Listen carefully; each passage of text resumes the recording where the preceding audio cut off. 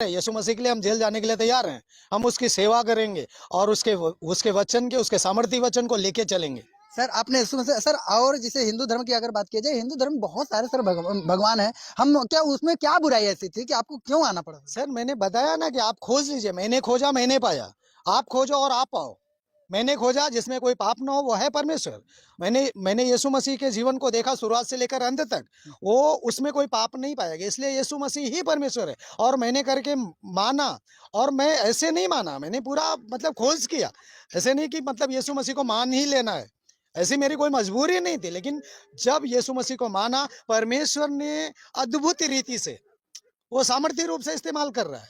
लोगों को कैंसर की बीमारियां तक ठीक हो रही है। सर मैंने देखा आप बहुत सारे लोगों में प्रचार करते, कभी कभी मैं देखता हूँ आपको, तो इस तरीके से जब आप यीशु मसीह का प्रचार कर रहे हैं तो उसके लोग, बहुत सारे लोग यीशु मसीह में मन फिरा रहे हैं, जबकि बताते हैं कि मतांतरण पर सर 3/5 लग रहा है, और लोगों का आरोप भी है। तो इस तरीके, और आप आजादी के साथ इस तरीके से लोगों में सुसमाचार फैला रहे हैं, जबकि इस पर रोक लगाया जा रहा है।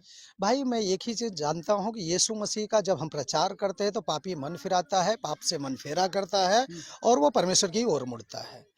और बाकी न तो मतांतरण है न तो धर्मांतरण है।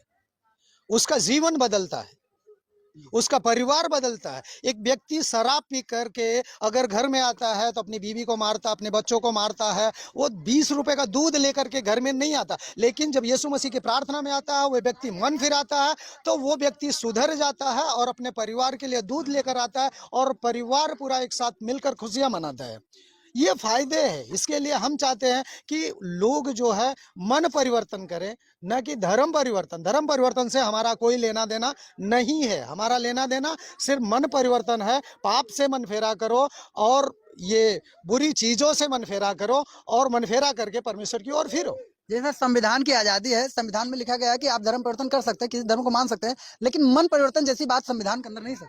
सर जी, मन परिवर्तन क्या है कि देखिए, जब सच्चाई को जानेंगे, जब परमेश्वर के वचन को जानेंगे, परमेश्वर का वचन सीखेंगे, एक दूसरे से प्रेम करना है। अभी तक तो लोगों ने सिखाया कि मैं बड़ा तू छोटा, लेकिन यहाँ पर समभाव परमेश्वर ने सिखाया। हम परमेश्वर एक समानता में, परमेश्वर ने हमें एक ही अपनी समानता में बनाया है, समान रूप में बनाया। ना कोई ऊंचा है ना कोई नीचा है, यहाँ पर सभी समान है। तो सर आपके साथ ये लोग हैं, ये सारे लोग पास्टर हैं क्या है? यस, ये सब भी परमेश्वर की सर सेवा करते हैं। जी सर आपका शुभ नाम सर? जमुना प्रसाद प्रजापति। सर कहाँ से हैं सर आप? जौनपुर से। सर जी जौनपुर से। सर तो क्या आप भी यीशु मसीह को मानते हैं? यस, मानते हैं। आपने धर्म परिवर्तन कर लिया है? धर्म की बात ही नहीं, हमने अपने जीवन को बदला है परमेश्वर में आके। सर क्या है कि अगर आपको मान्यता आस्था रखनी थी तो और भी लोग थे, और भी ऐसे है जहाँ आस्था रखी जा सकती है। रखी जा सकती है, लेकिन वहाँ से जिस टाइम हमें परमेश्वर के बारे में पता चला तो हम परमेश्वर को ढूंढने निकले, और जब ढूंढने निकले तो हमें परमेश्वर में सबसे नापाक जो परमेश्वर बोलते हैं ना, पाक परमेश्वर, वो हमें यीशु मिले। यीशु इतने पाक हैं कि वो, उनके नाम को अगर ले लिए ना तो हम अच्छे चंगे भले हो जाते हैं यीशु के नाम से। इतनी पावर है नाम में, इतनी पावर सर। जैसे कि आप पास्टर हैं, आप तो जैसे कि आप सेवा करते हैं, पास्टर हैं, आप गांव-गांव में जा रहे हैं।